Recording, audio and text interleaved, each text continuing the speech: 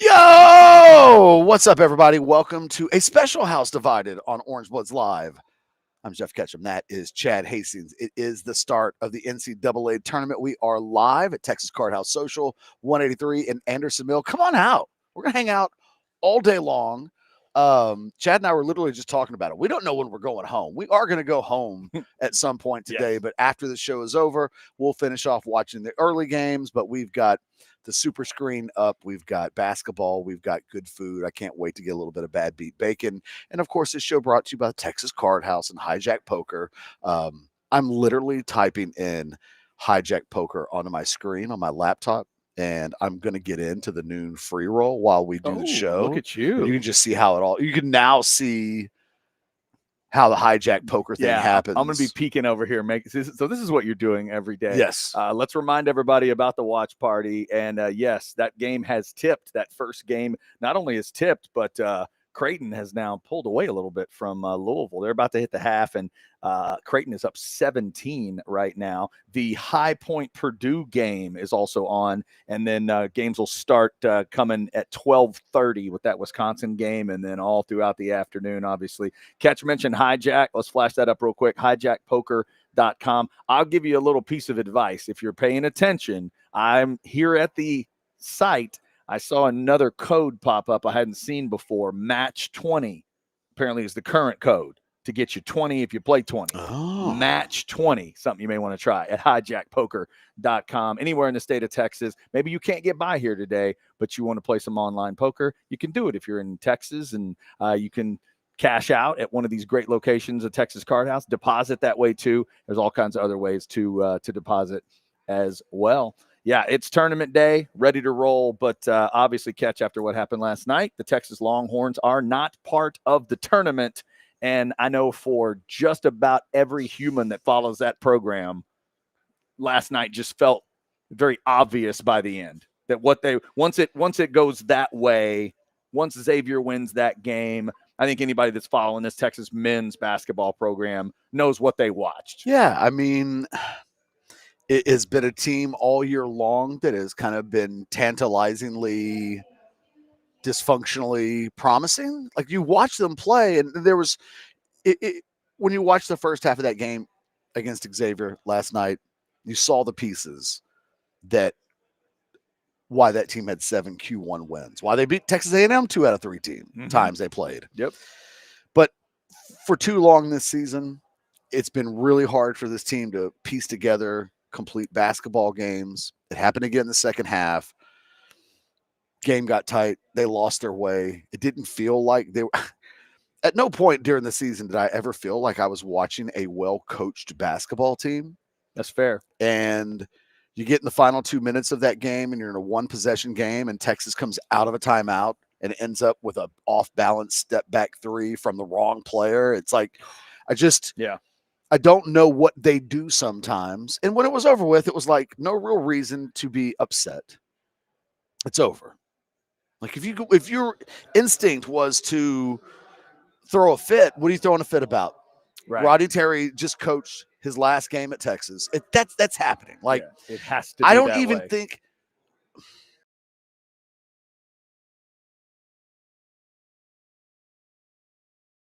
was like I said a week ago, and Mike did to, now that the season is over, didn't make a run, that Roddy Terry's going to be replaced. And I thought, God, do I need to put out a note that's like, as I reported in the war room like 5 weeks ago, like, because nothing has changed. Right. Yeah.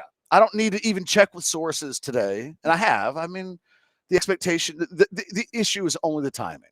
And I think Rodney Terry knows. I think the players in that program know. I think everybody understood the stakes. I think it's one of the reasons why in the aftermath of the game last night, the reporting from the locker room was that, there was some devastated kids and some devastated players. I think they will have felt like they wanted to play for their coach and to save his job. And look, even Charlie Strong, once upon a time, had a locker room full of guys that wanted to not have their coach lose their job on their watch. It is what it is. Yeah. By the way, a lot of good chats already rolling in. I think JD speaks for a lot. Team had a hard time playing 2 halves. Yeah, JD, we saw that again last night. Just the old saying is teams sign up for 40. They don't say that much about this Texas team, though. That not signed up for 40 very often in terms of the minutes. If y'all want to throw us a chat, you can. Yes, Sandman. Jeff is in the ATX today. Sandman has a dream. Got to meet my dude at some point. I mean, well, he's here.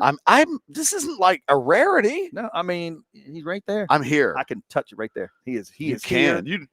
Chad, you don't even have to poke me on the shoulder. Like, if you want a real touch, there it is. That's what I'm saying. Get a handful. He's in Austin, Texas, kids. Get a handful. There you go. And yes, if you want to come by and just scream Stella, they do have it on draft here at the Texas Card House Social. So come on out and see us and send us a super chat if you like. But yeah, I think there's now it's just a matter of what happens next. If you're CDC, how do you go through this? For Rodney Terry, it's just like if you've had a job and you have either been slacking off, it's not been going well, your boss has been yelling at you, whatever it is. The moment they call you in to say it's done, you cannot pretend like you were surprised. You're not allowed to do it. Rodney Terry's not going to be shocked when it is done. Now we just got to figure out, if you're CDC, how do you look at this catch in 2025 with college basketball the way it is,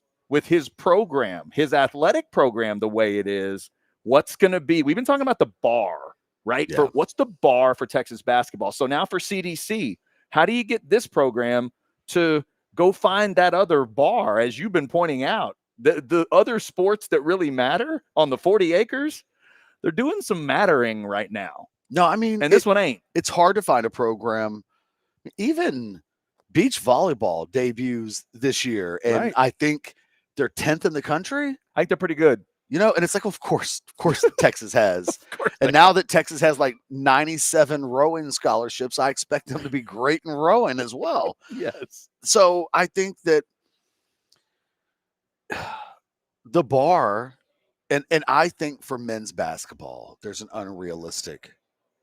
The ironic thing is Rodney Terry, I don't think, did anything to lose his job from a performance. He made the tournament a couple of years in a row. I think at most schools that probably gets you a couple of more years. You don't hire a guy typically and then let him have marginal levels of success. I mean, it wasn't like an outright failure. We won't look at Rodney Terry and say he was the Charlie Strong of Texas men's basketball. Like, that's not it. Because the craziest fact about the 2 years is that, I mean, we can make an argument they should have gone to the Final Four. Was that the game? Yeah, but that was not his team. Right. I understand, but true. But that team was in the Elite Eight, and they were that close. But the thing is, what this situation really revealed was how they really didn't want to give Rodney Terry this job in the first place. Yeah. And when you give a guy 2 years and he's not an outright disaster and you're not going to be patient, it's almost as if Chris Del Conte's allowed to say, I didn't make that hire. Fate made that hire. Circumstances made that hire. And I didn't make that hire. And that's why pulling the ripcord early for some people is acceptable.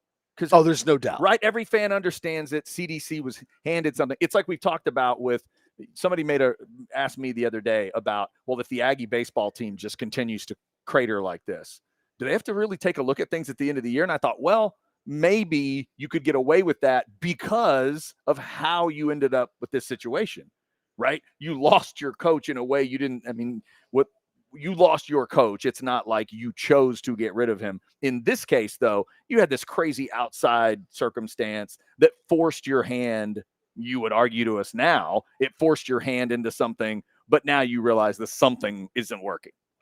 Yeah. Pretty simple. I mean, it is. It's as simple as that. And what's interesting about all of this, Chad, is that I think Charlie Strong probably had more compassion, and there was more of a vibe to give Charlie another year than there was, I think, to give Rodney Terry the same kind of grace. And I think it goes back to Charlie got 3, right? Yeah. Right. 14. But they were all losing seasons, right? I mean, it wasn't, you wouldn't look at they're not comparable. Like Rodney Terry's proven at Texas to be more successful than Charlie Strong, and yet I do think there was more of a willingness. There's just more people were saying, Charlie, let's give him another year. Mm-hmm. And there's none of that now. I have not heard one person say, let's roll with this again. And so I think that it is what it is. Like there's no desire for this to continue. And if you're Rodney Terry, look, one thing that you can say with some certainty is that, look, I got a chance. I know what I got to work with a Trey Johnson. I'll never be able to say in my career that I didn't have a lottery pick to kind of build my team around. I had good guard play. There's only like so much that it just didn't work. But like I think I don't think that there's a ton of regret. Like there's not an injury that you look at and go, oh man, if this doesn't happen, right, I'm still there. Like I think he knew when he took the job that this was going to be a job where he needed to win right away for the circumstances that existed the way that they did, and he didn't. And so here we are, and it'll be the opposite, I think, of what we saw when he was hired. There was a real worry that there would be a situation where the national media would pick on Texas and say you were unfair. There were even worries of like, they're going to call us racist. And all the dynamics exist now in such a way that there will be none of that. Like there's no one nationally that's like fighting for Rodney Terry. And ironically, even back when Charlie Strong was the coach, you still had national voices who would say things like, oh, Texas is a cesspool because they're not giving Charlie Strong another year. That's just not happening. And the real question now is like, what does Texas do? What does Texas do here?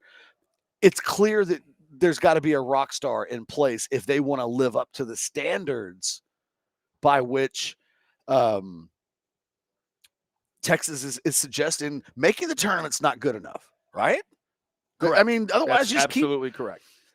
Now, somebody put it in the chat perfectly, and it's the thing that we always end up coming back to. Vivek nails this. Sweet 16 is a reasonable expectation for Texas basketball. The talent and resources, arena, etc., are there. I totally agree with that.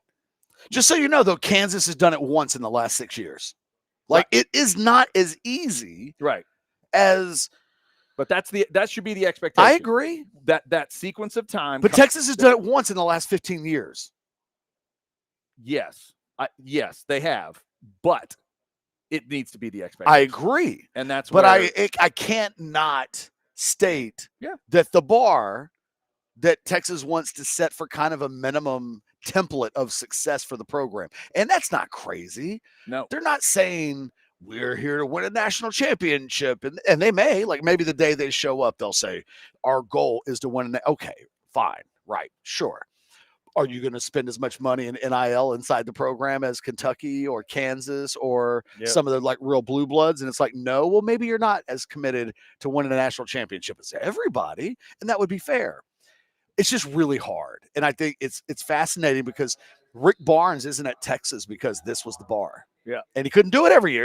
And he went long enough that it was like, we got to make a change. And in retrospect, they're not going to hire a better coach than Rick Barnes. Shaka Smart wasn't good enough. Yeah, because he couldn't do it every year, and he never did it at Texas. But look, he goes to Marquette, and he's National Coach of the Year. They're not trying to run him. Every coach that leaves Texas goes someplace else, and they don't run him out of town. As they've replaced coaches in the last couple of times, Barnes and then Shaka Smart, the schools that have hired them are having success that they're happy and content with, and those coaches are kind of rock stars where they are. Maybe this is just a really tough job. I think that's part of it. That's definitely part of it. But I think the Sweet 16 thing is reasonable. We did get a super chat in. It always goes to the top. Barb's 10, $5. RT was Charlie Brown trying to kick the football, and the team was Lucy with our emotions. I wasn't upset. See, I don't buy that, man. Charlie's got good ideas. Charlie Brown. Yeah. Yeah. I don't see those from Rodney. I see. So I'm not going to say that. I'm not going to put that on Charlie Brown. Yeah. I will put it on Charlie that I always. I will say, do you know who Rodney Terry is? He is the teacher. They go into a timeout. Yep. And he talks, and his Good players grief. just hear wah, wah, wah, wah, wah, wah. And then when they come out, Well, we all wonder, how the hell did they come out of a timeout? And their plan was to have Mark shoot an off-balance step-back three. And it was like, well, and Rodney Terry would probably say, no, that's not what we did in the huddle. No, it's terrible.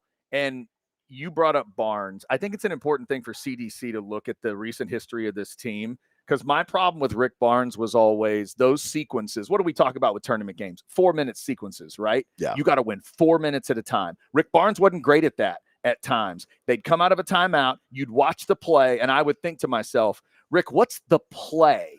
What was the play? What did you call? They haven't had. But to me, ever. Just real quick, I think Rodney Terry is an extremely poor man's version of Barnes. I see the same thing. It's just worse.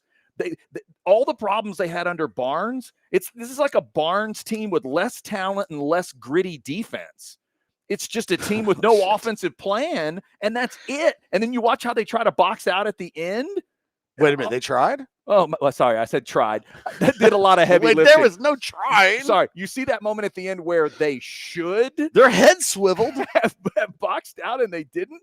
That's what CDC's got to take a serious look at where college hoops is right now, what you need, and realize the evolution of Rick Barnes, one way or the other, is not what you need to do nowadays. You got to find a badass big dog coach that can get you competitive year in and year out. It's a tough thing to do. He's got to go find one of those. Can I offer a thought that I haven't really ever thought about before until literally we're doing the show right now? Sure. It's a unique thought. But I have never thought this before. All right. By the way, shout out to Anwar Richardson, who is in the building. Anwar! Celebrities are here in the house. He may come say hi. He's is. Say hi. Just jump in. Ooh, that got a lot better looking. It's a photographic moment. That is. I wanted to check out this place and check out the layout. It's pretty badass. Yeah, man. Go sit down. You got a tab. Just tell them you're on the Orange Bloods. That was some sexy baldness there for a second, wasn't it? There was no hair on screen at all. That was a lot of no follicles going. Anwar's face did a lot of heavy lifting when it came to facial hair there. So let me finish my thought. I'm terribly sorry. No, it's okay. Anwar interrupted. No, it's okay because it'll go. If we wait 10 more seconds, okay, it'll just go up. Go ahead. New thought. I got into Texas basketball when I got into Texas basketball before I got into anything else. I was a big Baylor football fan when I was a kid. Mm-hmm. And Pender's basketball sucked me in. Oh, I can imagine that. So Travis Mays, Lance Blanks, Joey Wright, like that team, not just them in the postseason either. Like I went to the games that year and they were just exciting and fun to watch, right? Yeah. And then you had the Nolan Richardson rivalry. So that got me into it. So I've watched a lot of Texas basketball over the last 3 decades plus. Pender's was kind of a roll the ball out and like go play. And nobody ever thought of Pender's as the intellectual. I love Tom. I really do. Oh, yeah. But like nobody ever, like Texas had a style of play. Oh, yeah. But you didn't ever think of Texas like when they went to a timeout and think to yourself, okay, Tom's going to come. You know what I mean? It's like Tom wasn't thought of as a basketball in huddle genius. Well, that wasn't really what Rick Barnes was either. This is what made me think about it. Yeah. Rick was, we're going to strangle you. We're going to play tough defense. Yeah. And like when Texas would go into a huddle with a Rick Barnes team, kind of the same thing. At no point did you ever feel like, oh, coach called a timeout. Yeah. Guaranteed good shot coming out of the timeout because what an in-game tactician coach he is. Now, if you needed to grind out on a defensive end, you felt better. Yes. With Barnes, right? If that was the huddle, it was a little different. If the other team was calling a timeout, you're feeling pretty good. You were like, okay. Yeah, right? You're feeling okay at that point. I totally agree. So Shaka wasn't that guy either. No. That was the weird part. It evolved. It's evolved and devolved at the same time to me, where they've gone from the Barnes version of it to the Shaka version of it to the Rodney Terry, when Chris Beard's in the middle there. And at times I didn't think Chris Beard was that impressive offensively, honestly. But I just think Texas has gone through this weird period of where offensive basketball in those 4-minute segments eludes them. I just think, man, it would be nice at some point in my lifetime if Texas had a basketball coach. And look, I don't know, look, because this goes back to what the hell's the most important thing they got to find, and it's probably roster assembly, right? Yes. That's got to be the most important thing. So you probably take what Chris Beard was a specialist at versus, But I know when these games get close and you're in the final 4 minutes and you're playing against other teams that have talent. And this happened again last night. It was like, well, the other team's better coach. Sean Miller's a better coach than Rodney Terry. Yes. And have never watched a Texas basketball team in 3 decades plus where I felt like in close games, tournament games, that they actually ever have had a good enough coach to elevate them in those moments. Yeah. I think they count. Texas as a program has been a team that relies on talent in the tournament, and it's not worked. They've had Kevin Durant, and it didn't get them to the Sweet 16. Yeah. They've had lottery picks, and they've got one this year. And in the end, it doesn't even get them to the first round. Yeah. What's that stat Chris Bennett threw us the other day? No one and done's ever gone to the Sweet 16 for Texas. So that's crazy. At some point, one of the things that Del Conte's got to just think about, because if he says, look, you want me to hire a good coach but can't get talent here, how long is that going to last? Touche. But can't do that. All I'm saying is I'm watching that game last night, and again, Texas is in the tournament. I think that's a game they should have won. I mean, to me, they were better than Xavier to the naked eye. And then the final 10 minutes of the game, it was like, well, they're just not going to execute, are they? And they ended up against the team. And the thing I worried for Texas ahead of the game and on the Twitter thing that we threw out on Orange Bloods, I predicted Texas. I was being positive. If you'd have made me put my own money down, I think I'd have just picked Xavier by a little bit. All I know is when I filled up my bracket, I didn't pick Xavier or Texas, so it made it easy. Yeah, right. That's true. But when Jay Wright talked about the 3-point shooting of that team, I realized, oh, man, yeah, it's one of those that they can hit some threes and catch. They took 8 more threes, and they hit 4 more than Texas did. It was one of those kind of games, and the 13-point lead for Texas probably needed to be like 15. I'm so tired of watching Texas basketball 20. Teams and thinking they're fucking stupid. But yeah, I'm so tired of watching Texas basketball teams and never feeling like Texas has the smartest team on the floor. You're not seeing basketball IQ in tournament games. I mean, and what else wins tournament games but that? You got to have – I mean, it's not the only thing, but basketball IQ can get you honestly, a long way. That's why when Matt Coleman was recruited by Shaka, you knew he was going to be a 4-year player. Yeah. And you thought by the time you get to his upper class years, that's what you'll have. Yep. And you know what? That was a smart bet. That's who Matt Coleman just ended up not quite being good enough. He was a good player, but he wasn't a great player. But he did give you the steadiness and the captain on the floor. And it's a damn shame that in the end it didn't work out for Shaka. He got all of Matt Coleman, right? But in the end, boy, it felt like Texas last night. It was like Mark. It's like they wanted the ball in Tremont Mark's hands, and it was like, well, I disagree. I'm not suggesting he's not talented, but this guy's not going to win you this game in March. And in the end, I guess neither it was Trey Johnson. I don't know.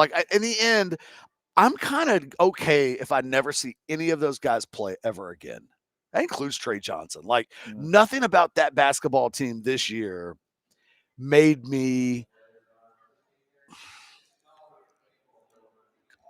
it was such a hate watch every week. Every game, it was like, this is my obligation. I have to do this. I have to watch this. I have said for years, Catch, I say it to you. I've said it to other people that I work with, work around, whatever it is, doing radio all these years or whatever. I'll say to Longhorns I work with, watching your football team play doesn't always feel like work. Watching your men's basketball team play is work. Capital W. That was the NCAA work. That was actually a good game. But in the second half, Everybody that had watched this team this year, there'd be people who turned on the Texas basketball team last night, and really one of the first times they will have watched them. Right. And in the first half, what's everybody bitching about? This is a fun. This team's good. For a while, it's what you're thinking is, how is this team in a play-in game? And kind of like Carolina the night before. How is this team in a play-in game playing like this? And then you saw the second half, and you saw a team with a double-digit lead just do stupid things, and just, and I've watched 3 decades of Texas basketball, 3 decades plus. I've never watched a player who I've never watched a Texas. Let me ask you this. Is there any A&M basketball player ever that when you think of him, you think of missed layups? Oh God. Like that's the first thing that pops to mind. No. Thankfully, no. That is what Shedrick is for me. Oh. For the rest of time. Missed bunnies, that's what you think of? He misses the easiest shots all the time. Missed bunnies. And he did it again last night. I'll take 50 missed threes over a missed bunny. He just is. My impression of him, and he plays so hard, and he's such a good young man, and I don't want to think that way. But again, last night, man, he was point blank range, and in a close tournament game where every possession matters, and I could count on some point blank right at the rim misses. Yeah.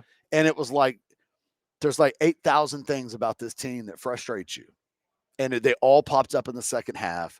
And again, in the end, there's no reason to be mad. In the end, it was relief. Because really what would have sucked was if this team had won a couple of games and then put it on a boundary. And then we get to a point where it feels like, man, it was no fun when Mac Brown at the end of the 2013 season. Oh God, when he got that close. When it was you're a half away from winning a Big 12 championship and keeping this thing rolling. I always imagine what his post-game speech would have been like on television if they win that game and it's that frozen day in Waco. He'd have talked for 8 minutes about what he just pulled There might have off. been a Kobe Hausman. You know what? Taste he would have gone off. He would have cussed you out. Oh. It would have just Chip Brown. It would have been incredible. He reported all week long that I was going to get fired, but here it is. Who's here? So it's banquet my ass. I mean, it would have just been insane. It's no fun to follow that kind of team and that kind of program, because what you're talking about is the result of a single game determines your long-term future. What kind of way is that to make decisions? Yeah. The best thing that happened was that for everybody involved, honestly, this Old Yeller, ultimately, we love Old Yeller. And honestly, when I think of Old Yeller, I think of the dog, the non-rabies version of the dog. Well, of course, yes. The dog that saves the day all over and over and over again. It's the dog that you don't want to put down. Yeah. But in the end, they needed to put Old Yeller down. Yeah. They did. And by the way, for those people this program has rabies, Chad. For those people they need some ointment. For those people in the chat that are wondering, as we're speaking here on this Thursday, it is not official and it is not done. We are living under the assumption that Rodney Terry has coached his last game at Texas. That's why we put the title up as it's over, but that is not. No, but as a reporter, I'm reporting the expectations are that he will lose his job, and it's just a matter of time. It's not, but it has not officially been done for those that are asking. We have officially gotten another super chat though. Ooh, from our guy. Officially, Bards I love those. Yes, $5. What was worse, Mark not giving Trey the ball late in the game, or Trey's body language for not receiving it? He's too good to visibly pout like that. He is kind of a pouter. Oh, he is. Oh, there are some visible pouting in basketball, I think, can really affect a sport, maybe more than other sports. Pouting can affect a lot of sports, but you're only one of 5 at that point catch. And by the way, you're the best of the 5, easily. When you're that guy on that team, you just can't have negative body language and pout that much. And we've seen it you mentioned it a couple games ago where it felt like, was that Aggie game, right? There's been a lot of them. If I'd watched, I said this at the time, if you tell me A&M holds him to 20 in that game and his body language would be that bad for that long, the Aggies have to win that game. have to. You'd think. And they didn't. Yeah. Texas figured out a way to win that game, even with all that. But you're right. Barbs, I agree with you. I hate and the it's bad one of the body reasons language. why I love Trey Johnson's game. I love his offensive game. He's so talented. Yeah. But what did I say? If I don't ever see Trey Johnson play a game in a Texas uniform again, I'm good, man. I'm ready for change. I'm ready for change. Let the new guy come in, bring in his own roster, new wave of players. Like, in the end, none of this was fun. It wasn't, and it started last year. The thing about last year that people forget was that people were talking about firing Rodney in December. Yes. So this is just for the full 2 years he's been here, it's been one big regret. One big, I can't believe I went out into public with her. Yeah. Oh, yeah. And my friends saw me. Yeah. And now every time I hook up with my friends, they remind me of prom night. They're asking me about old girl. And I was just like, it just happened. Circumstances. I was trying to be nice. I was trying to do this. I felt like, it has the thing I had to do. Yeah. I don't want to hurt her feelings. Nothing wrong with it. Nothing worse than the thing you have to do. You got to do what you want to do. Like, if you want to come see us at TCH Social Austin today, you should do that. 183 and Anderson Mill. Thanks to almost 700 of you in the Specs chat. If you can't get out here and you're going to be at home watching games all day, you might need to get stocked up. Lisa, tell them. Tell us. At Specs, it doesn't cost a lot to turn a good time into a great time, especially if you like saving money. From connoisseur collectors to aficionados of ale, you'll find bubbly bliss at any budget with a Texas-sized selection of world-class wines, rare spirits, craft beers, and more. So when you're getting ready for a good time, Specs is ready to make it great. Because at Specs, the fun starts here. Shout Specs, low priced, amazing. Here's to you, cheers to saving. Out to Specs. Shout out to everybody checking us out today. If you want to jump in the chat, go right ahead. Let's just clean this out real quick. Barb's10 earlier let us know he can't come up here today. The job expects me to work. Barb's10, we understand it. Please do not lose your job just to come see us. We will see you at some point. By the way, my dad. Work sucks. My dad said to tell you hello. Doc Hastings and Barb's10 have met.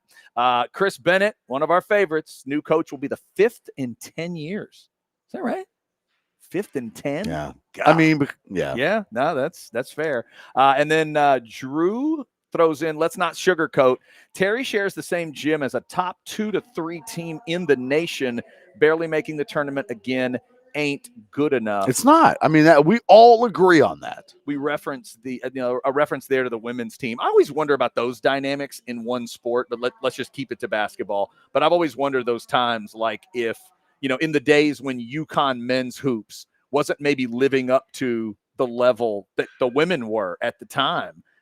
Which is ironic because now it's the opposite. Exactly. UConn women haven't won since 2016. It's been a little while. Yeah. Well, I saw that stat this week and I went, no, that's not right. That's how you know how great Gino is. I'm like, that can't be. That can't be. UConn basketball is, if they don't win it this year, they'll have gone 9 straight. UConn, no, that is not. It's not a fact. The only thing crazier than the stat is the fact that that's true, and he's got 11 of them.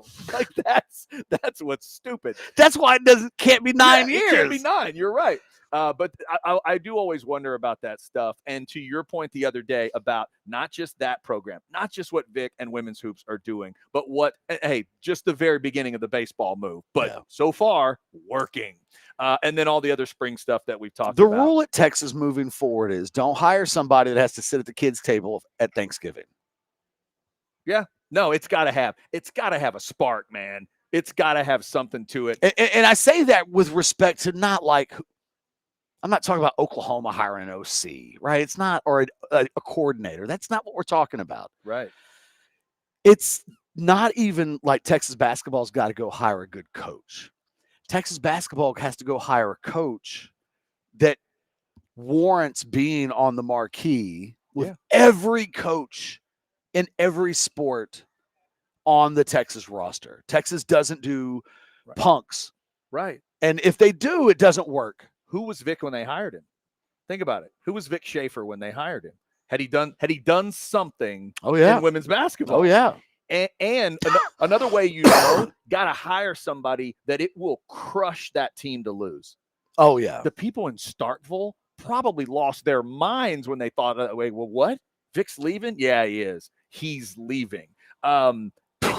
You play in two national championship games, and you get to the cusp of like tasting, and you're right there. The mountaintop, and he was like Chris Beard ×2 in terms of how where he had gotten. So what you got to do though, and I also he's better than Chris Beard. Like in his sport, he is actually better than Chris Beard, no doubt. But Chris Beard is an important element of this catch, and that's the thing CDC's got to figure out. I understand the fans that want to go back and litigate and say, well, they just never should have. In hindsight, could they have waited it out? Could they have done all this? I get all those discussions, but in moving forward, you realize two things. One, lots of other guys can coach college basketball besides Chris Beard. Two, you got to find a way over that heartbreak, because I know it fit. It made sense to Texas fans. You stole a coach from Tech that went to the title game. Did he win it? No. Did he get close, though? Oh, hell yeah, he did. They went to overtime. Oh, my God. And he understands this version of college basketball? Yes, he does. He can rebuild a team every year? Yes. They're pretty tough on the floor? Yeah, it all made sense. Hey, what about that Irwin Center? Oh, man, we got that figured out. We got a brand new building. It'll do this. We can make about 10,000 people. We got big old things we'll pull down. The sound will be great. It'll look great. It all came together, and I always think of McConaughey and him sitting on the roof of Moody. You remember those videos? Yeah. Those videos, to me, if I'm a Texas basketball fan, it's like, oh, this is awesome. Here we go. Minister of culture and our guy. And then it all falls apart. Because of, he does it, right? I think it all falls apart. Now you're trying to rebuild. This is where, and maybe this is not the hire that does it, but CDC's trying to crawl back from all of that because their dreams got crushed. Look, it's a real CDC hire because nobody really knows who the hell they should hire. Before it was like, go get Chris Beard. Right. That's our guy. We've thrown some good ideas out. Ideas, yeah, but there's not an obvious go get that guy. If he wants it, I'd really talk to Donovan. Just to find out, does Billy Donovan have the taste to come back? Has he gotten disenfranchised by something in the NBA where he went, man, I've done it. I want to come back. I went 2 straight Crystal basketballs, and I'd love to do it. And I was at a big old state school that loves its football. The football school. They got a nickname for the place and everything. But we walked in there, and I brought a team back from a national title, and we did it again. I'd kind of like to do that again. And you know what? I got some cool orange ties. I'll slightly change that shade. Let's go. That's the first discussion I might have if I'm CDC. The good news is there's 2 components that I think are critical, right? Number one, if you're Texas, you can hire big. Like, people will listen. Oh, yeah. All of the things that you mentioned are the reasons why this job will be attractive on the market. You can make them say no. And yeah. Okay, here's a guy I saw interviewed on SportsCenter. Had never thought of him. And he is 70 years old. Let me make sure I say that before I saw Scott Van Pelt interview Tom Izzo, and I thought, wonder how many people have made him say no. Like his whole time, the NBA, his whole time at Michigan State, NBA teams have. Has anybody in college ever called him? Like, has anybody called and made him? I have to believe no? So. The man has 1 national title, but he's got like 8 Final Fours, and I think this is his 27th straight tournament. Well, let me tell you the other wild card that exists today that didn't exist 2 years ago. Mm-hmm. Sark is now one of the nation's highest paid coaches in football. Right. Even when Beard was hired, the dynamic that existed was that they had Sark on a sweetheart. It's one of the things that made him attractive when they hired him was that it's like those NFL deals with the quarterback. Yeah. Those rookie quarterback. They were paying Sark like $5.5 million a year. Right. You couldn't go hire Billy Donovan from the NBA, who's already making $7-8 million a year, because then you'd be paying him more than the football coach, and that can't happen at Texas. Now you got a nice gap. Well, but it's just fundamentally that will never happen. That's true. Will never happen. Because now he's at what, 10 or 11? Now he's like at 11, and you could hire a basketball coach for 8, and nobody's going to think to themselves that the football coach needs to worry about being in his feelings. And I read today that Donovan, if I'm reading it right, is making like 6 with the Bulls, something like that. You could I thought it was a little higher than maybe that. So let's say he's making 7. Let's say he's making 7 or 8. So you could give him what he's making or a little more and make him say no to you. Exactly. Yeah. That's one of the moves I would make. So again, I get. But it's also going to take, I think, a commitment. That you're making a hire like that, you've got to be able to make a $5-10 million a year commitment NIL wise, at least 5. Like you got to. You're not getting Trey Johnsons of the future. I don't know, maybe Texas doesn't need them, but you're not getting the difference makers in the portal that you want to get without that level of money being committed. Because, and the good thing for basketball is you never really have to worry about multi-year commitments. It's not like Texas recruits Brandon Baker, and it's like, we're going to give you $750,000, and that's what you're going to make annually. Yeah. And we don't know if you can either play or be a starter or when you're going to start. Yeah. The weird thing about basketball now, though, is you have to have the right mix of badass guys that are never going to have a second year. Yeah. And quality guys, like say 3 to 5 quality guys that will be with you when they're seniors. Yeah. And that the prognosticators are going to look and go, well, that's a pretty experienced team. It's crazy how Kelvin Sampson's been able to do it at Houston. Yeah, the balance of what to do. That's a guy to look at in terms of just how do you put it together. Would you make him say no? Is he too dirty? It's a good question. Texas has, what's the dirtiest head coaching hire Texas has ever made? Ooh. Just a total, like, there was ick on him. Man, it might be Barnes, and Barnes wasn't really icky. No. Well, I've thought about 2 guys this whole process, and they're coaching 1 seeds. I believe they're both 1s, right? Houston and Auburn are both 1 seeds in this tournament, right? Those are the 2 teams I have picked to be in the final. Yeah, those 2 guys. I keep asking, is what they're known for being dirty for legal enough now? That's a great point. That you can look past it and go, well, wait a second. Let's really dig into it. What were the jokes about Bruce Pearl? Telephone call. Hey, man, I'm going to tell you right now, I would let Kelvin Sampson coach my basketball team. It's like, what did he do? Wait, hold on. What did he do? And I might let Bruce Pearl do it too. Bruce Pearl made a bunch of phone calls he wasn't supposed to make, and he took his shirt off one time in front of Pat Summitt when he was painted up, and people freaked out because he supported the women's program. Yeah. He's silly. He's kooky. You got to decide if he's too kooky for you as at Texas. Hey, man. They're the number 1 overall seed in this tournament right now. And I agree with you about Sampson. Kelvin Sampson, even when he was at OU, I think there was a respect there. Oh, he was a great coach at OU. When you hated the program if you're a Texas fan, but man, you respected what he did. And those 2 guys is it dirty? If they'd gone with Wade, same question. Is he too dirty to mess with? My issue with Wade is I don't know that he's proven to be good enough. That's fair. Kelvin Sampson is a made man. Bruce Pearl at this point is a made man. Yeah. And that's the question for those of you in the chat that are watching today. I mean, heck, David's throwing in a name like Bill Self. I wonder, to me, a guy like Bill Self, if you want to make him say no, fine, but he will. You want to make Tom Izzo say no? Fine, but he will say no. Like, you can pride yourself that you did it. Can Texas be okay being told no? And if it means that you ultimately end up with a hoss? In basketball, yes. Yeah. Yeah, in this sport, absolutely. Because Texas never likes to be told no. And I've never subscribed to the don't ask that girl out. Because if she says no, I'll be embarrassed. But there are certain places, even in the world of, say, college baseball, there were guys CDC could have called, and he knew they would say no. Yeah. There's a couple. There's not tons. But sometimes you have to make the calls. But And like, yes. if someone says, hey, did you call the Tennessee coach? Did you call the guy at Tennessee? Did you call the cat at Florida? Did you call the cat? Whatever. I called? Yeah, right. Hey, when Saban was here, did you call, if you're Texas, Right. Did you call Sexton? Hey, catch! I told you they should have gotten in touch with Sexton about Saban for a DB's job, just so he could say no. Make them could be bored. Make them tell you no. Does he want to work with Sark or Pat McAfee? Make him tell you.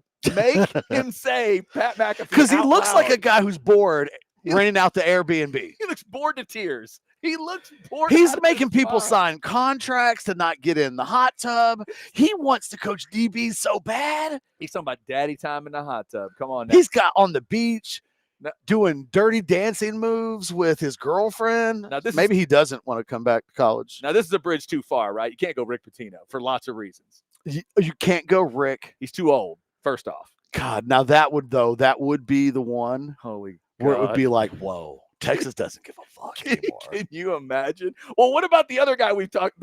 What about the other? Is it too far? What about, like, is Cal too slimy? Like we've talked about. See, I don't think so. You're not even having to get him you don't have to get him to leave Kentucky. Exactly. The Hogs already did that for you. You've been given a weird favor if you wanted it from one of your rivals. Imagine if you could take John Calipari, if you wanted to, from Arkansas. Like, you know how thrilled they are to have Cal right now? There's a streaming doc because it makes them feel. It allows them to feel big. It should, yeah. And that's the thing about Rodney. No, you're right. It didn't feel big. I mean, and it didn't. It's not even that it didn't feel big. It didn't feel legitimate. He failed as a head coach at 2 lower level jobs with a decade of trying. He wasn't getting. And look, here's the thing: Rodney is not going to get a head coaching job at a Power 4 conference moving forward. That's just not who he is. So it's like you've been living this fantasy where you're pretending that you hired a guy that other people. If you're Texas, you can't have a coach that nobody wants. Right. I think Rodney will get Rodney Terry will get kind of a mid-level feel of a job. No, it won't be upper level. Rodney Terry's value is as a really elite level assistant coach. Yeah. Right. And when the hell did that become a bad thing? It's not, which, by the way, that's Charlie Strong to me. Yeah. That's Wade Phillips to me. Yep. There's a lot of coaches over the years where you go, you know what? I applaud you for trying to be a 1. You know what, Jack? You're a 2. You're an awesome 2. And there ain't nothing wrong being an awesome 2. Remember that dude that stayed at Virginia Tech forever with his lunch pail? Bud Foster. Did Bud Foster ever get a head coaching job? Nope. I don't think he ever did. He just lunch pailed that defense for years at Lane Stadium, and that was his thing. Like, there's nothing wrong with that. People are throwing in some ideas here. Jason Kidd has been thrown in by Matt. Some would argue he's not really coaching much of a team anymore, so maybe he would be interested. Multiple people have said just let Vic Schaefer do it. Money whip Vic Schaefer. I don't know if that's the answer to CDC's problem here. I don't think that's it, but I think Coach Schaefer. Hey, if you're going to do that, would appreciate it. Go money whip a certain woman in South Carolina. No, there you go. Well, or see if the guy in stores wants to go to Austin. See if Gino wants to. Well, I think I'd go. I think I'd take my chances. Go Dawn. I'd go Dawn. How about Nick Nurse? Anthony's throwing Nick Nurse's name in. Okay. I mean, here we go. Take a shot. I just think that it'll be really this will really open up a window into CDC's soul is what he thinks this program is. Mm-hmm. And it's not any different than what we talked about with Oklahoma yesterday. They told us who they are with the hire of Jim Nagy. They told us who they needed to be. They told us what their expectations were. And I'm not judging, right? Like I tell you that it is an amazing amount of self-awareness potentially for Oklahoma to be like, you know what we've got to do? Be the first Moneyball team. And we've got all of our rep and everything, but we're not going to be able to do this thing in the SEC the way we did it in the Big 12, and we can't do it the way we're doing it currently. So we're damned if we do. We got to create a completely different dynamic. They hire Nagy. It's the first post Brent Venables world hire. Right. So when Texas hires whoever it is they hire in basketball, they told us who they thought they were with Chris Beard. They stole the head coach from a school that desperately did not want to lose the head coach to that school. Went to the Natty, man. Went to the game and damn near won the thing. And I think that we're in a situation now where what does CDC do? Like, is it like they called, even if they call Billy Donovan, that tells us who they think they can be, who they think they are, despite a history that says that's bonkers. And if you're Texas and you're in this discussion for CDC, maybe you tell CDC just to sit back and watch this tournament play out. Well, the only problem is that the portal opens up in a week. Okay, and I hadn't considered the portal opens during the tournament. Well, portal opens up during the freaking postseason in football. Yeah, you're right. It opens up Monday, if I'm not mistaken. Can we get a timing change on that? That would make a little more sense. Okay, that's part of, I guess, as we talk about this timeline. So, do you think he needs to make this official in by the end of this weekend? No, God, no.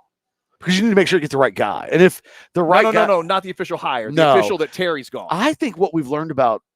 Everybody knows You think he's going to do both at the same He time? likes to do one fell swoop. Yeah. Okay. That's been his thing so far. He wants one media post, not two. He wants, or they're really close within each other. Okay. Yeah. I mean, Herman and Sark, even the baseball coaching situation, it was like boom, boom, and it was like whoa, wait. Yep, you're right. There was no time for A&M to they played, and then it was over. It was like, oh, wait a minute. No time to counter offer. No time. And you know what? That's the only way to really approach these things. The time is your enemy, because we've seen more coaches look like they're on the way to taking a job somewhere, but they can't yet because they got to finish out a season, and then it gets out. And, Les Miles wanted to be the Michigan coach. He desperately wanted to be the Michigan coach. Yep. And sometimes, man, fate's just not kind to you. Yeah. Sometimes you just need a little bit of luck to go your way. And these things unfold in ways that occur in alternative universes. And what happens with this Texas basketball coach talking about it, let's hope is not more interesting than actually reacting to whatever the hell they do. Christopher wants Becky Hammond to be considered. I like that idea. Ketch, let me throw this one up because I know it's a name you've mentioned. Does this have enough sizzle? You and I like the idea. Royale Ivey would be great, especially with what he did with the African team in the Olympics. Also NBA coaching experience. Anthony, it's been brought up so much. You and I are both fans. I've been team Royale Ivey for a long time. So I have beat that drum for so long that people make fun of me for it. So would I co-sign Royale Ivey? Absolutely. Yeah. How do you frame that if you're CDC? I mean, he is a national. I mean, honestly, just pull out the video of Sudan against Team USA. Right. South Sudan against the U.S. That's probably fair. Because that's not the totality of his coaching existence, but it is the best showcase of because that would be, there's two ways to look at this.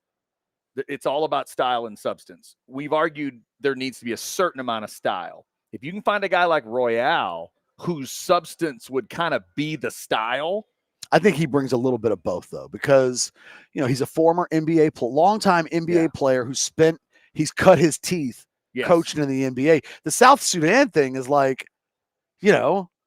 is, I think, the expectations are that eventually he will be an NBA head coach. Right. But the name wouldn't sizzle quite like Donovan or because he's Snyder or somebody like that. No, it is probably more like an Oklahoma football hire than it is a CDC hire. But if CDC rolled the dice on a guy like that and it worked, I do think you would feel I think you would excite. I think Texas fans would be excited by it. I do too. Yeah, I do too. I think the one thing you wouldn't have to worry about with a Royale Ivey hire is the Moody Center going to be full?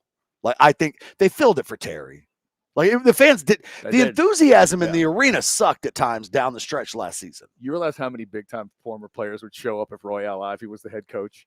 Think about the guys that would show up. I mean, Durant would literally come here all the time, and it would. TJ Ford would never miss a game. You kidding me?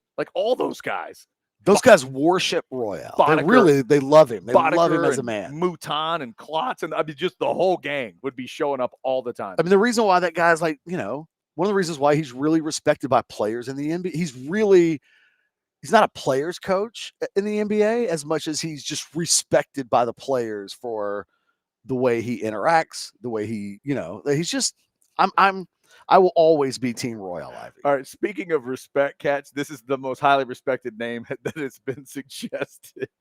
Jody says the mouth of the South, Jimmy Hart, should be the new coach of Texas. I would say this: what they've been doing hasn't been working. So you could almost go the Ted Lasso approach here, and you could justify it in that, hey, we keep hiring in basketball coaches and it's not working. Man, if I could get Jimmy Hart and Kirk Bowles in a media session after a basketball game, that would be something, man. Get Corey Mose to ask a question of Jimmy Hart. No, after the game. I want Terry from Horns Illustrated to ask that question. Oh, there you go. Terry from Horns Illustrated asking Jimmy Hart the question, and he has to answer through a megaphone.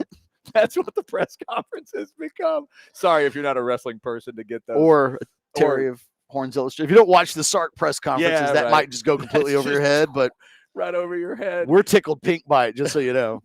As Bob Seger once sang, All right. Also, speaking of spring sports that are looking pretty good, Drew wants to remind everybody that it is Texas and LSU this weekend at the Dish. Oh, by the way, the number 1 seed Texas women will be like one of my comments as soon as the game was over yesterday was, well, you know what? There is a women's basketball team that probably deserves. They need all your focus. Yeah. Give them all your hoops focus because the bar for them is Final Four, or it's been a disappointing season. It's tomorrow night, 8 to 9 o'clock, 8:10, 8:15, I think is their tip. And remember, it's a women's tournament, so they get the advantage of those first 2 games at home. They're at the Moody Center to start a tournament run. One of the great advantages women's basketball came up with, kind of out of necessity in the old days, but I hope they keep it. Yeah. I dig the idea. We saw it in the football version. Your fans get to come and support you in a playoff setting. Best of luck to Coach Schaefer and that group, and Texas baseball too, taking on LSU. What a statement they could make. If they take a game from LSU, there's a little bit of a statement made. If they took this series, if they took 2 from the number 1 team in the country, what kind of statement would that be for Sloss in year 1? Crazy stuff. If you guys want to throw us a chat or a super chat, it will go right to the top of the list. Let's thank one of our other great partners. Obviously, we're out here at TCH Social Austin. Let me remind you, another great place to go is Hayes City Store. I'm going to put up Ketch's new favorite picture. It is the night shot at Hayes City Store featuring Ketch's new favorite hot mom. You can find her there. You can find that pair of jeans in that picture if you look carefully. She was taking care of that baby that night. I didn't even say that she was my favorite mom. Oh, okay. I just said it's your one of your new favorites. I mean, I didn't turn away. I didn't stop inspecting. She took care of that kid, man. She took care of that kid. I got to the point where I was like, I'm pretty sure there's like a baby's like thing in between her legs. I went back and looked at another picture I took, and she was carrying a kid in the baby Bjorn. You absolutely got it.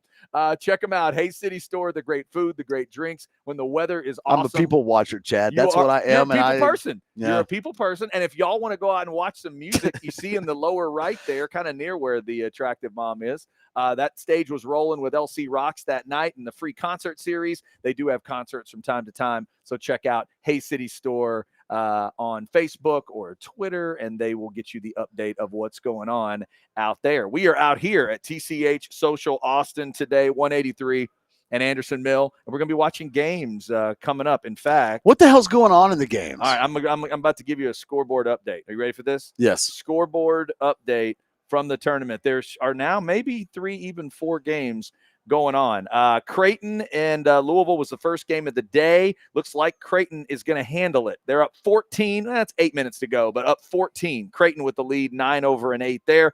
Purdue is up 4, 43-39 on High Point with 15 minutes still to go. Wisconsin's up 6 in the 3-14 over Montana, and that's about 8 minutes to go in the first half. The Houston game will tip at 1 catch. Houston is playing a team I didn't know existed today. Have you seen this team they're playing? No. SIUE.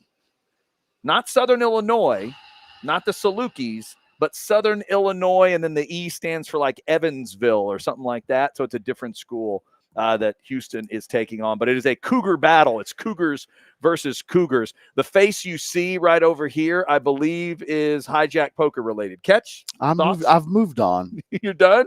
I mean, what just happened? I just got rivered. You just got rivered. Kids, those of you that don't know, I think that means something bad happened on the very last card. Is that what the river is? That's what the river is. Okay. I drowned in the river. Flop. First 3 is a flop. Next one is a turn. Last one is a river. You drowned in the river. What drowned you? What pulled you in? I had pocket 9s. I raised pre-flop. I got some guy called me all in with king 7, and he hit a king on the river. Oh, dear Lord. So, yeah, I was not happy. So you had a pair of kings beat your 9s. That's what happened in the end. Yeah. Wow. Okay. All right. There it was. That's what that face was. In case you thought I was about to say, you've been with me now for an hour, and I don't think you've even noticed. Oh, no, I'm noticing that you're playing. I just hadn't seen that face yet. But you do caught that very short, like. I did, because I look over and I thought, okay, what I'm saying is not that stupid. And I was like, I mean, I recovered quickly. Like I know what your face looks like when you're reacting to me, and I could tell it wasn't about it was not me. you. No, it wasn't even Rodney Terry related. No, it wasn't about any of it. We have been talking about Rodney Terry and the Texas basketball job. Again, the assumption is that there will be somebody else coaching this team next year. You just got to figure out who it's going to be. Are they going to ask somebody like a Billy Donovan? Are they going to ask somebody like a Quinn Snyder? Is it somebody big time in college? We've been mentioning some names. I'm trying to think if there's somebody we haven't thrown out. What about the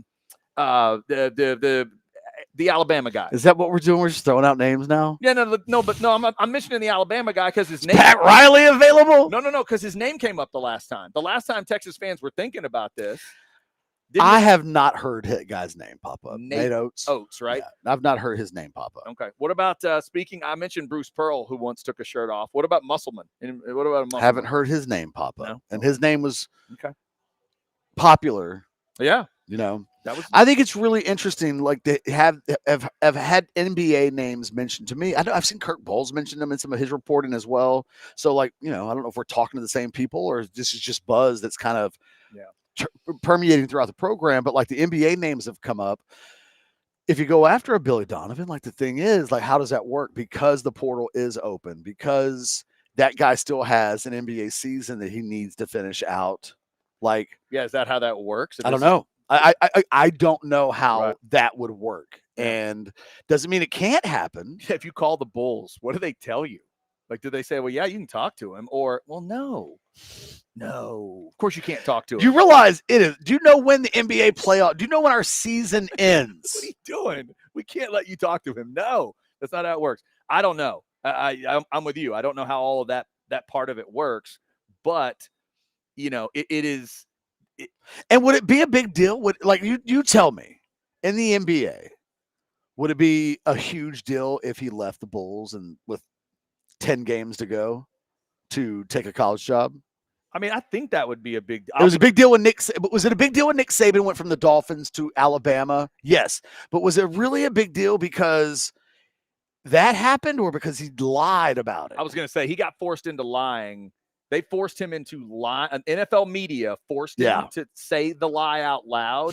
Then it became a lie. The question here would be, would Billy Donovan get, would he get crucified? Like, would there be a 3-day media cycle where it was like pearls being clutched and he's I don't know. I don't know. Like, I'll be honest. I have not pulled up the NBA standings. Can I look today. And see where the Bulls are? I don't even know where the Bulls are.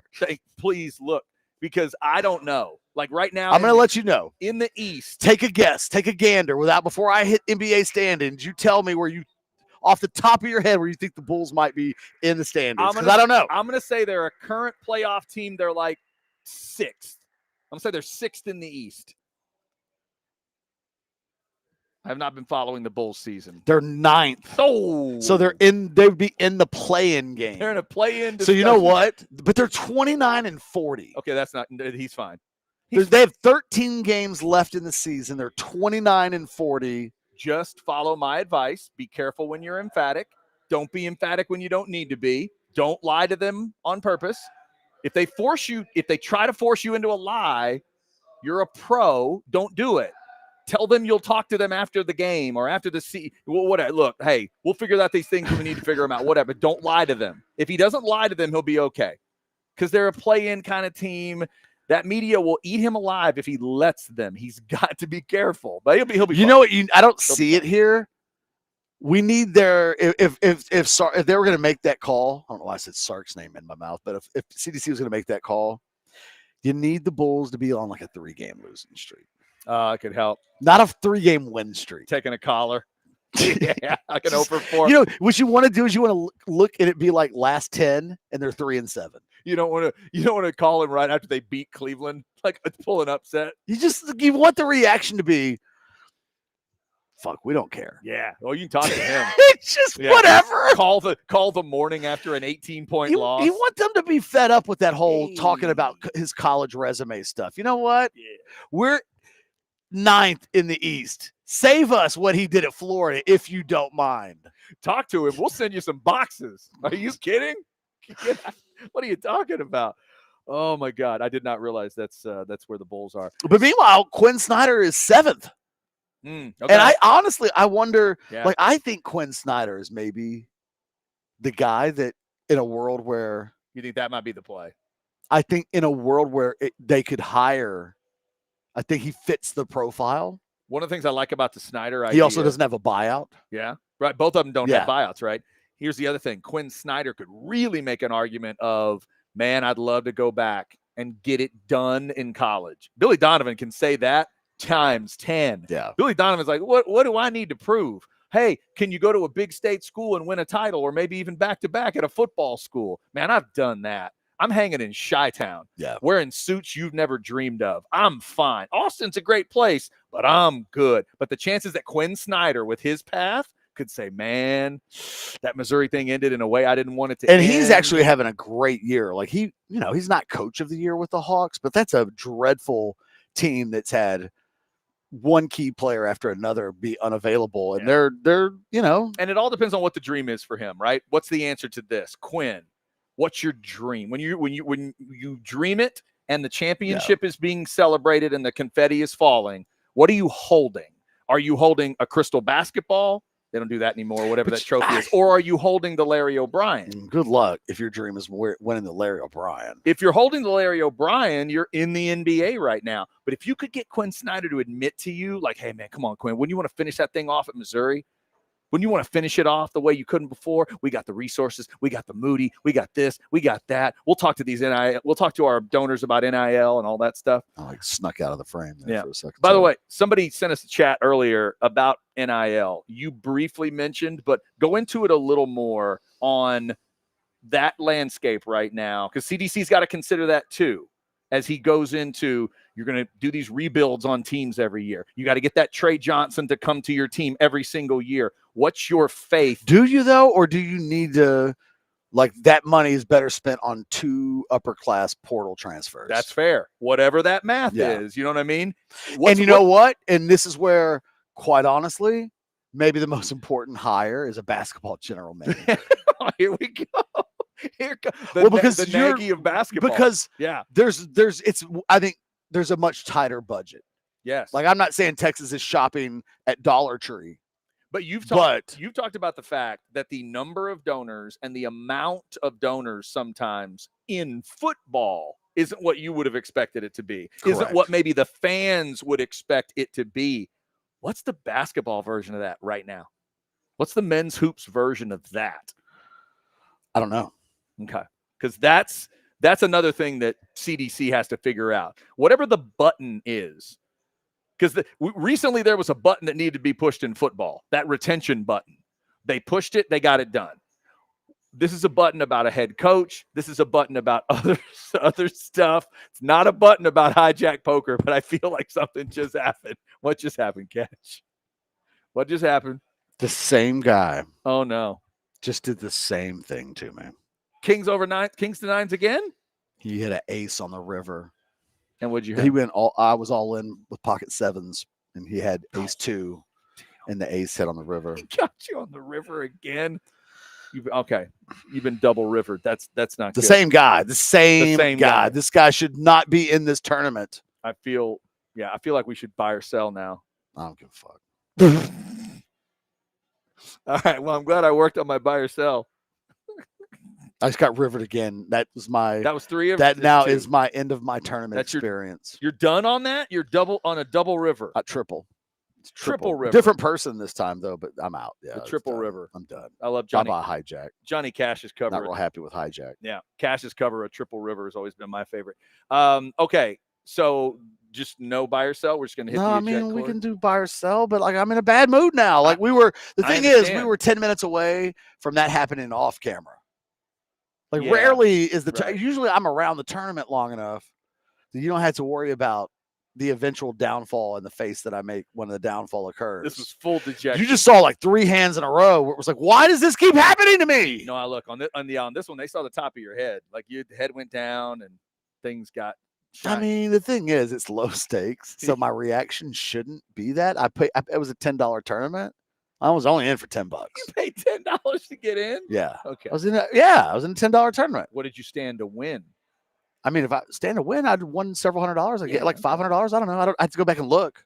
I didn't look at the prize pool. It matters like how many people sign up. Your sadness is really about the principle of the thing. 1,000% about the principle. Three Rivers is bad. Three Rivers.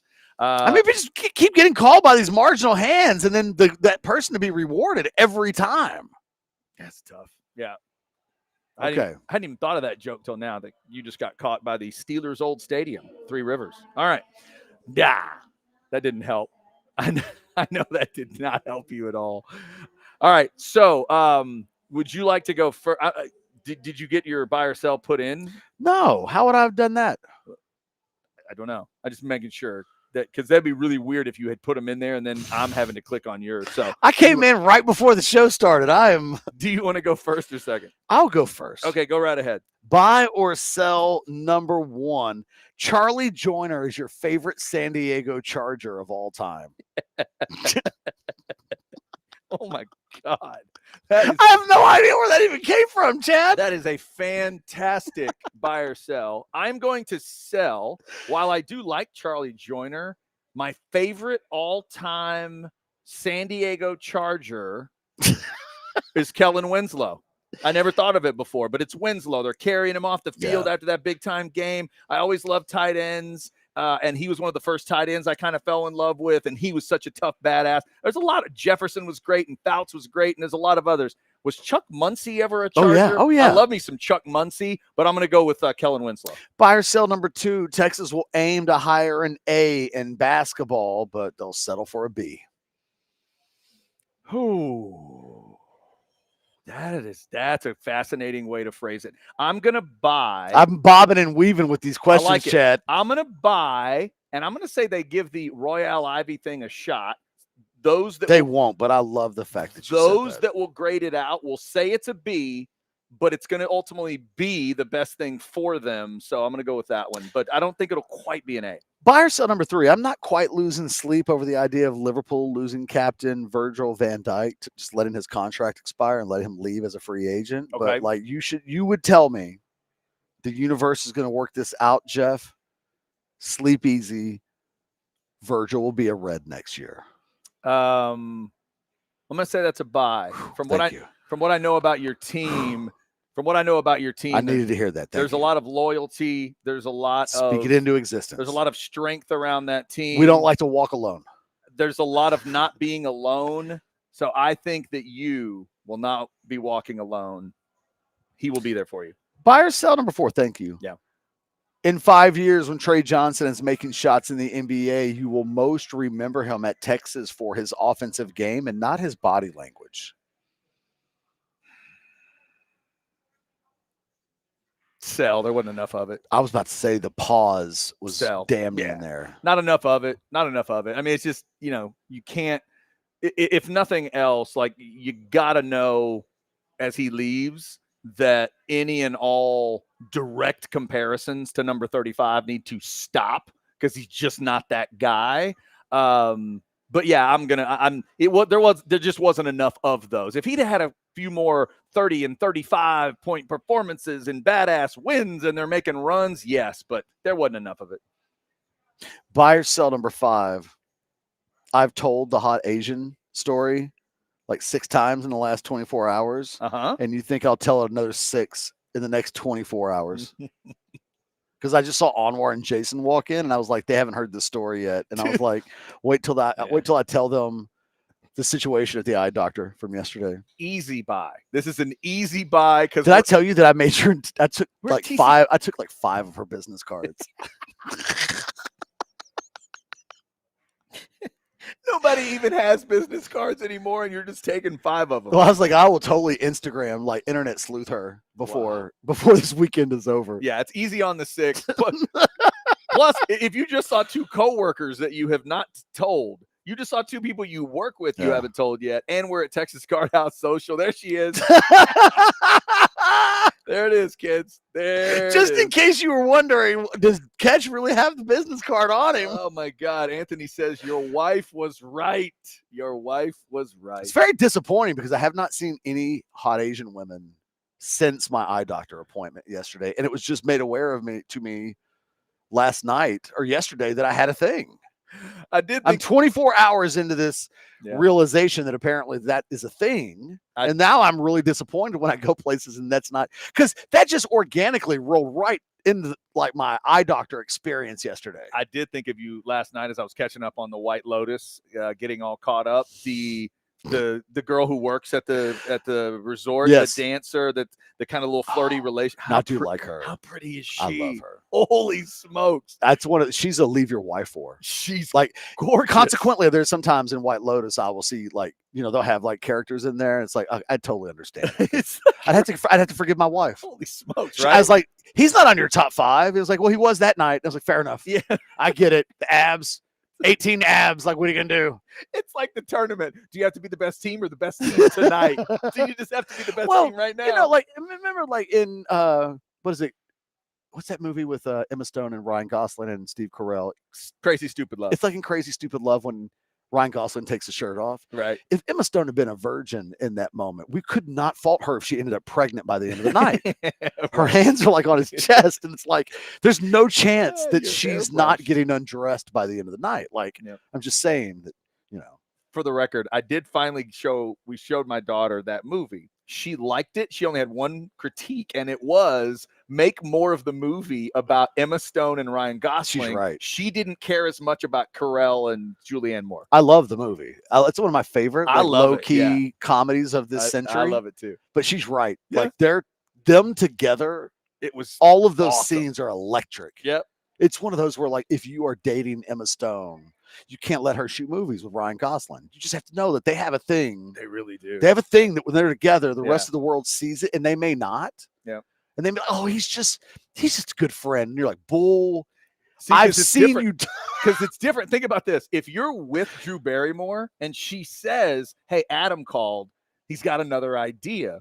That's a little easier to take than if you're with Emma Stone and from across the room you hear, they put Ryan and me together. Oh, God, not Ryan. Jeez. Seriously. Yeah. So that's not good. All right. There it is. I do have buy or sells for you. I did. Those are 5 great buy or sells. All right. We're going to remember that Charlie Joyner question every time the Chargers play for the rest of the existence. Joyner. That was so good. All right, Catch. Let's go buy or sell number 1. After last night, Texas will have a new men's hoops coach, and CDC will make a splash hire. I'm going to say buy because he just did a non-splash. And it doesn't seem like CDC is a follow a non-splash with another splash. That man wants to make a big splash in the cannon. He's a cannonball in front of everybody kind of guy. Gotcha. All right, let's see what happened. I think I've got you official, but I want to make sure you're on the record here. Buy or sell number 2. In the end, you did not fill out a bracket. Buy or sell? Sell. I did. Okay. Let me tell you. I didn't save it or bookmark it though, so I had to I can't even pull it up right away. But I'm pretty sure I have Florida. I have Houston beating Auburn in the final. Houston beating Auburn. Okay. God, love to see that final. That'd be great. Holy game smokes. That would be. And we get like a little media. We get media with Pearl. Those are my 2 favorite teams that I've watched this season. And Kelvin Sampson leading into the game. Those teams, those teams make me when they're on. I'm like, these teams they're always fun. when they're playing like ranked matchups. Yeah. It's like, okay. I'm just gonna say this. You asked the question earlier about are they too dirty or whatever. I'm just gonna go on the record. Okay, everybody knows me knows who I root for, right? Right now it's Buzz's team, right? That's my coach. I'd take either one of those guys. I really would.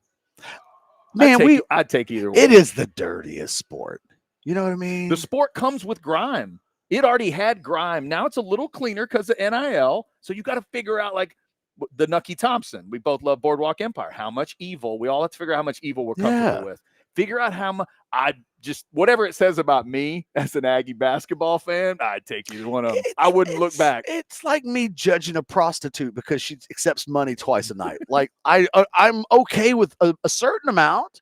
Where do I get off? Like drawing these arbitrary lines in a world where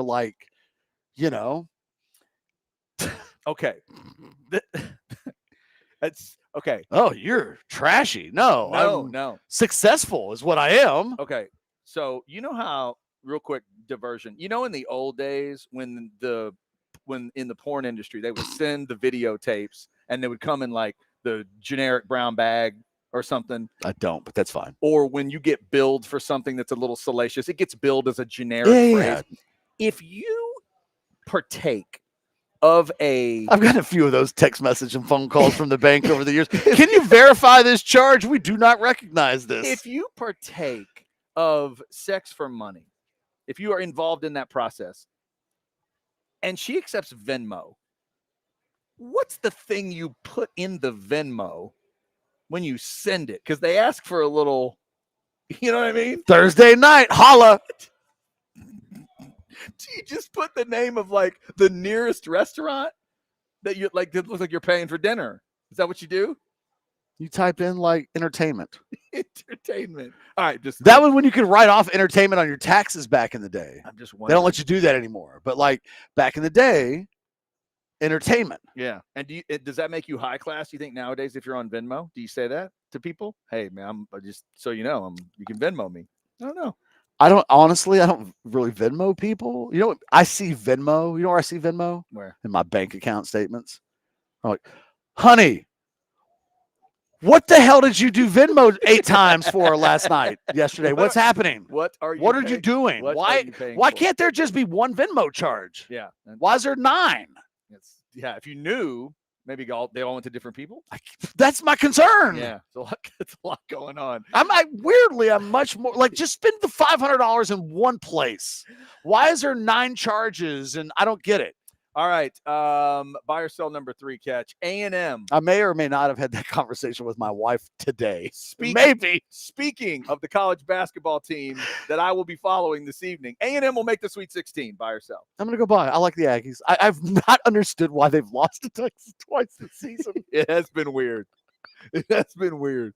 It is one of those situations where I sometimes watch in the NFL and sometimes in a division, a team will just have another team's division, like in the number, right? And they beat them twice this year. You'll see like the Cardinals will beat, the Rams or something, and the Cardinals will be like 6-10 or 6-11. And it's like, well, the Rams won the division, and like Kyler Murray, I guess it's just that they just can't play them or something. That's just what it felt like. I never once watched those two teams play and thought Texas but it was kind of the way I felt when I watched A&M beat Auburn. I was like, I understand why A&M is winning this game because I saw the highlights. I was like, oh my God. It was like an N1 mixtape of shots falling from everywhere. They went crazy. It always felt like they were within 7 or 8 points away. And I came away being more impressed that A&M was landing one haymaker. It was like the end of Rocky when you're like, God damn, it's 15th round and he's still standing.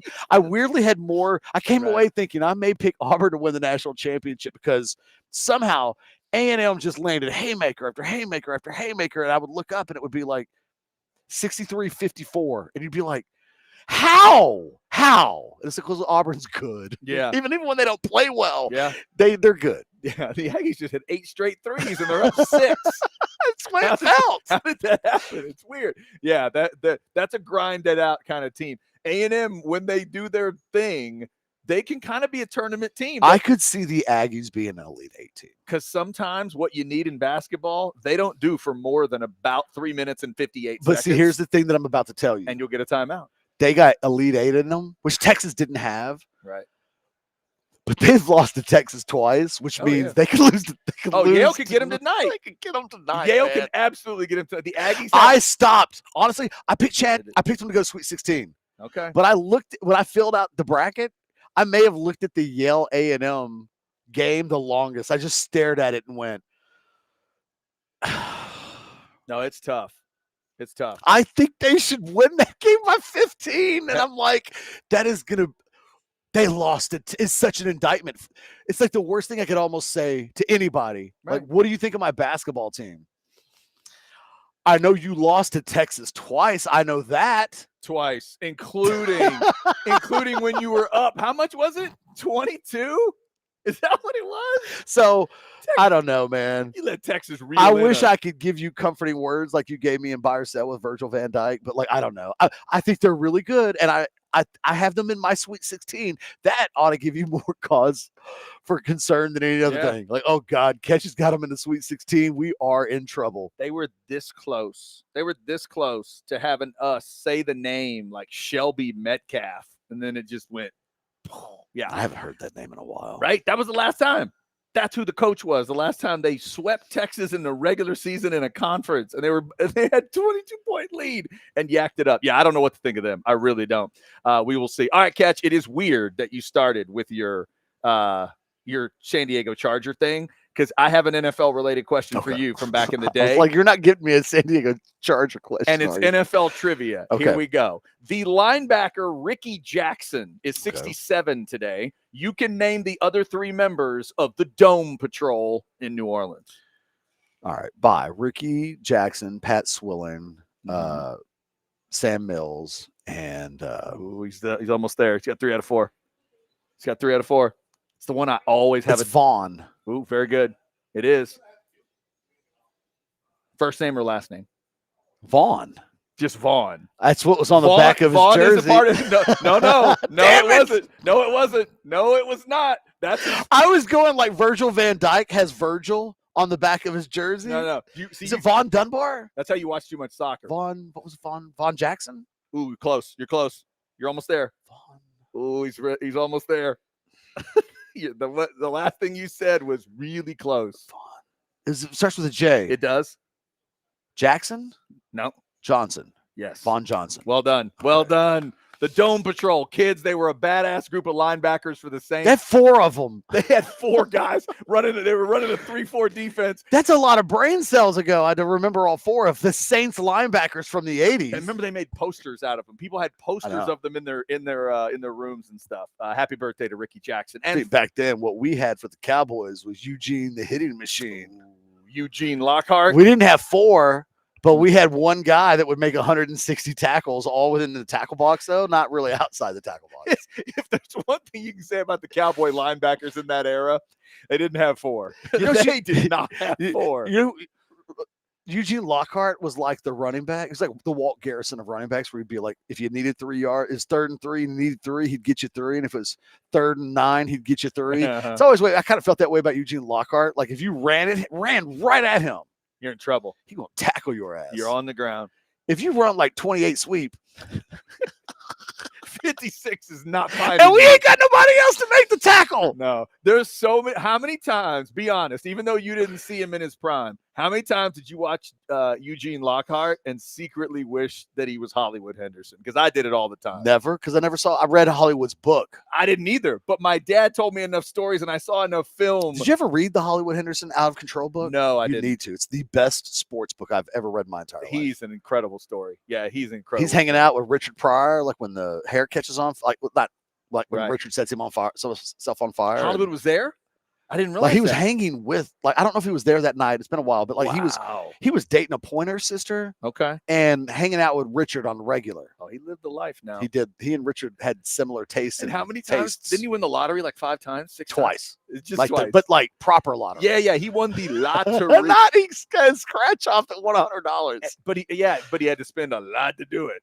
He would tell you how much he spent to win that lottery, but it was cool. I remember talking to him in the radio days back then after he won it the second time. I'm telling you right now, Out of Control, find it like on eBay or something. It is the best tell-all sports book. I can't believe it's not more famous, because it is. I haven't read it since I was probably 14, and it still stands out of my mind. Like there are some Earl Campbell anecdotes in that book where you're like, I cannot believe he wrote that about Earl. Like, just like a random stray. Like everybody's catching strays in that book. That's great.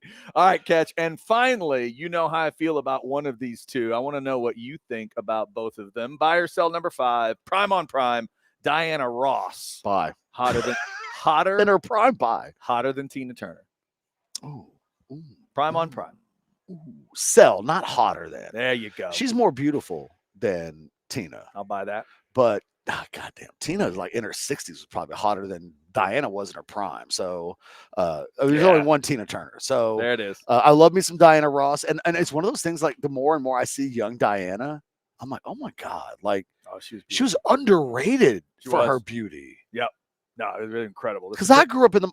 When you'd hear the Michael Jackson, Diana Ross stuff, I'd always think to myself, why the hell's Michael Jackson worried about Diana Ross? She was old to me. Yeah, she was too old. She's old to me because I was a kid when Mike was. Yeah. And as I'm now an old man, Yeah, like Diana in the Wiz is a little different than Diana Correct. Supremes. And Yeah, for sure. Yeah, exactly. My favorite Diana is still Diana in the Rain. When she did that show was it that Central Park when it was pouring down rain and like there was a concern she might get electrocuted and she still kept singing? My favorite Tina did some of them shows in the 70s. Yeah. I don't even remember who hosted the shows, but like they let her do her thing. And some of those 70 outfits where it was like, yeah, how did they approve of that?